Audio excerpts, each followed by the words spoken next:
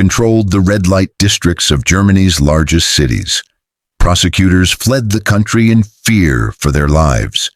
European law enforcement labeled him untouchable. This is the story of how one man, born in a small Turkish village, rose to become the most feared criminal mastermind in modern European history. Necati Arabaci didn't just break the law, he redefined how organized crime could operate. He built an empire that spanned from the brothels of Cologne to the drug networks of South America. Tonight, we take a closer look at the rise and fall of a man whose very name still unnerves prosecutors. His organization functioned like a shadow government, operating across continents and exposing the terrifying truth of modern organized crime. This isn't a romanticized gangster tale. It's the documented history of a criminal empire so advanced, so violent, and so deeply intertwined with legitimate society that it took authorities decades to even understand what they were dealing with. The story begins in the early 1990s within Germany's immigrant communities, places where many Turkish workers arrived in search of better lives, only to face economic exclusion and widespread discrimination. In that environment, criminal opportunity flourished. Arabaci was originally just another street-level enforcer, working in the clubs and bars of Cologne, collecting debts and settling disputes with brute force. But even in those early days, those around him noticed he had a different approach to violence and power.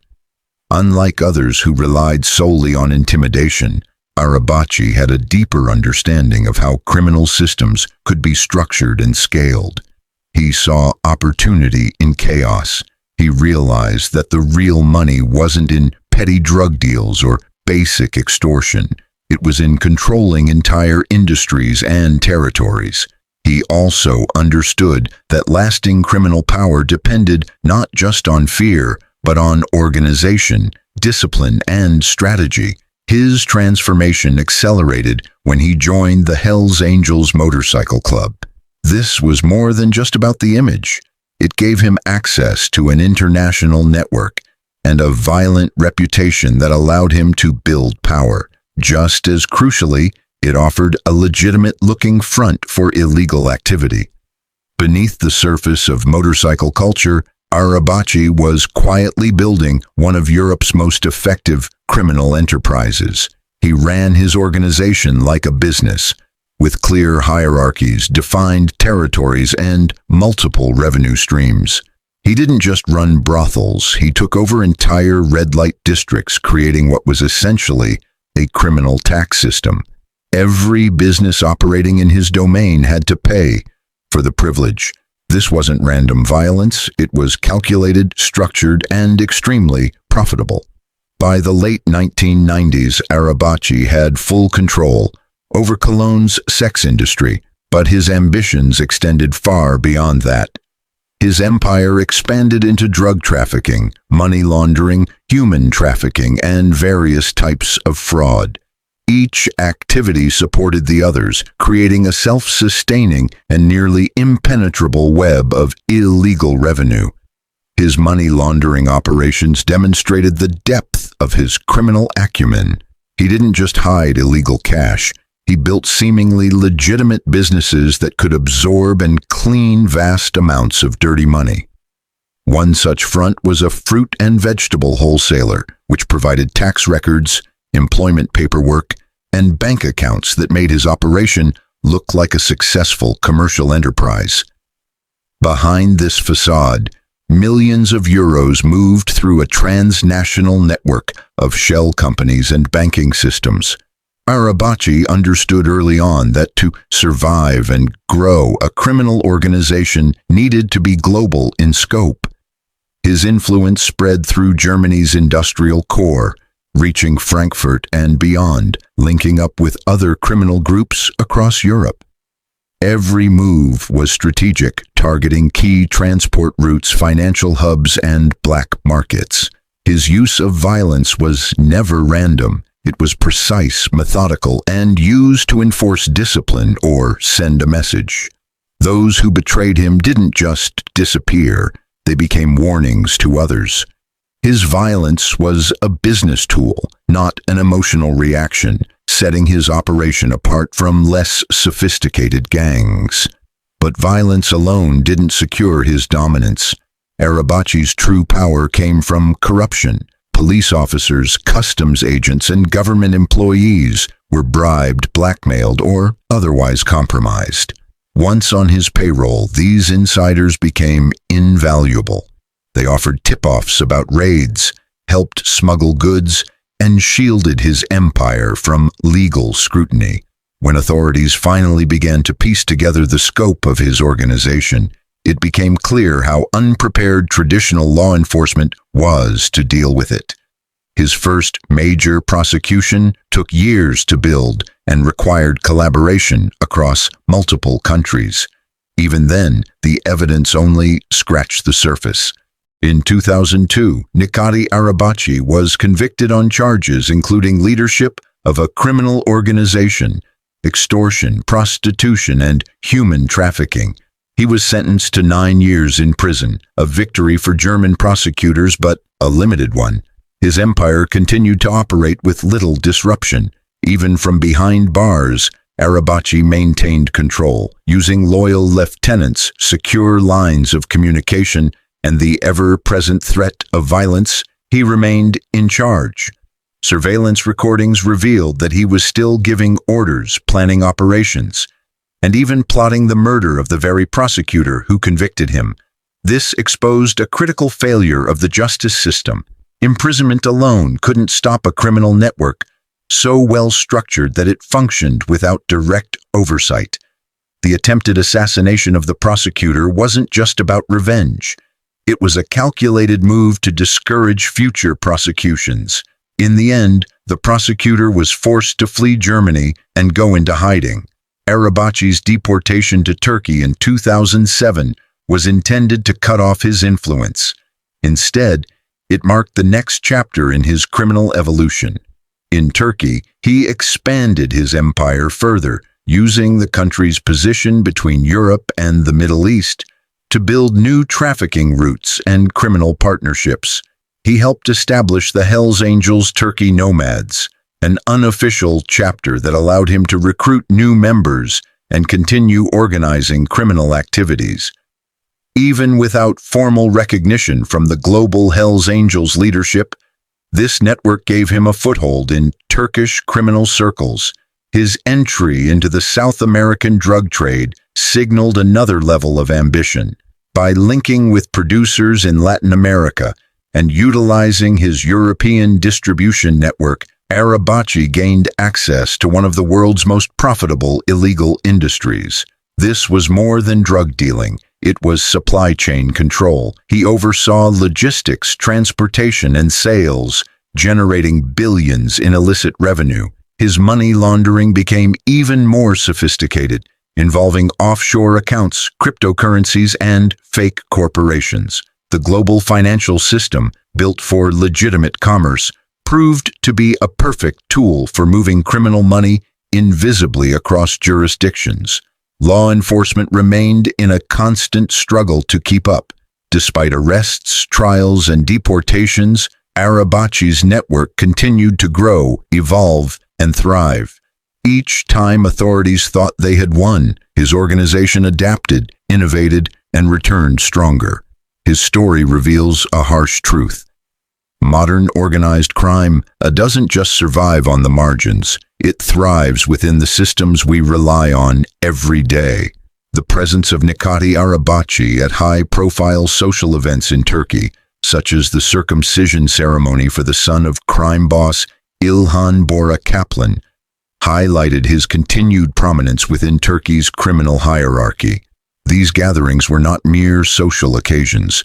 They served as public demonstrations of criminal alliances, reaffirmed territorial control, settled disputes, and facilitated planning for future operations.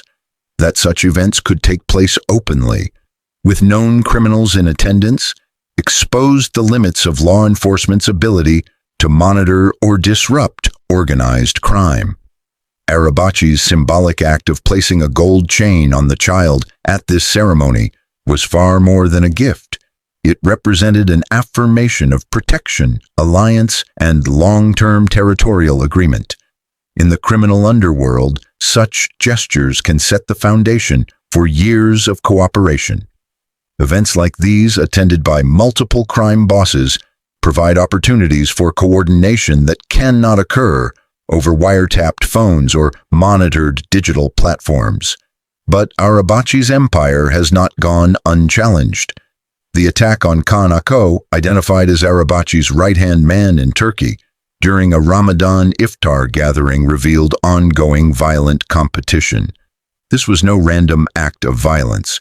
It was a calculated move aimed at destabilizing Arabaci's organization by targeting a key figure. The timing and setting of the attack sent a clear message. Rival groups were willing to use extreme measures, even during religious observances, to further their aims. Arabaci's transnational operations create further complications for prosecutors. Evidence is often spread across multiple jurisdictions.